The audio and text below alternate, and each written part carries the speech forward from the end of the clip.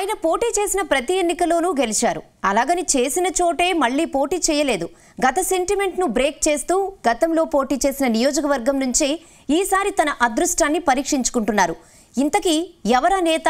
ఆయన పోటీ చేసే చోట ఎలాంటి సమీకరణాలు చోటు చేసుకుంటున్నాయి? Watch this story.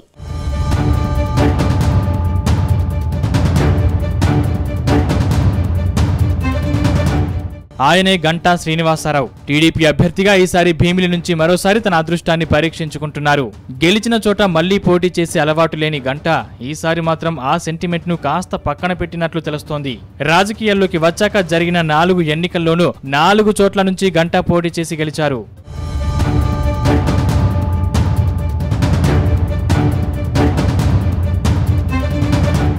ప్రకాశం జిల్లా నుంచి విశాఖకు వలస వచ్చిన గంటా శ్రీనివాసరావు పోర్టు కాంట్రాక్టర్ గా మారి వేల కోట్లకు పడగలెత్తినట్లు ఆయన వ్యతిరేకులు చెబుతారు.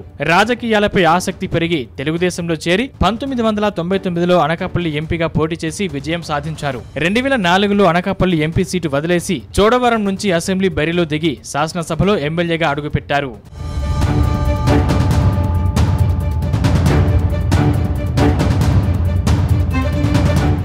2009లో టీడీపీని వదిలేసి ప్రజారాజ్యంలో చేరి అనకాపల్లి నుంచి అసెంబ్లీకి పోటీ చేసి గెలిచారు. ప్రజారాజ్యం పార్టీ హస్తం పార్టీలో విలీనం అయ్యాక అప్పటి కాంగ్రెస్ ప్రభుత్వంలో రాష్ట్ర మంత్రిగా పనిచేశారు. రాష్ట్ర విభజన తర్వాత ఏపీలో కాంగ్రెస్ ఉనికి కోల్పోయింది. దాంతో మళ్లీ టీడీపీ గూటికి చేరి 2014 ఎన్నికల్లో భీమిలి నియోజకవర్గం నుంచి పోటీ చేసి విజయం సాధించారు. చంద్రబాబు కేబినెట్ లో మంత్రి పదవి పొందారు.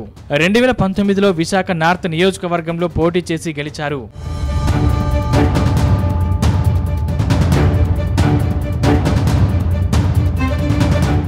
డబ్బులు వెదజల్లి ఎక్కడైనా ఎవరినైనా లోబర్చుకోవడం గంటా స్టైల్ అంటూ వైరిపక్షం నేతలు విమర్శలు చేస్తుంటారు. సీటు కొనుక్కోవడానికి ఎంతైనా పార్టీ ఫండ్ ఇవ్వడం, గెలవడానికి ఎన్ని కోట్లైనా ఖర్చు పెట్టడం ఆయనకు అలవాటని విమర్శిస్తున్నారు. ఇప్పుడు అలాగే మళ్లీ భీమిలి నుంచి పోటీ చేయడానికి సిద్ధపడుతున్నారంటూ విమర్శనాస్త్రాలు సంధిస్తున్నారు.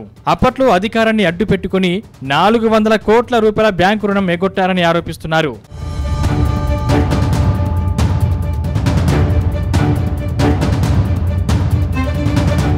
మరోవైపు గంటాకు సీటు ఇవ్వడంపై భీమిలిలోని జనసేన, టీడీపీలో అసంతృప్తి వెల్లువెత్తుతోందని అంటున్నారు. మొదట ఈ సీటు జనసేనకే అని ప్రకటించారు. దీంతో అక్కడి జనసేన నేతలు సీటుపై ఎన్నో ఆశలు పెట్టుకున్నారు.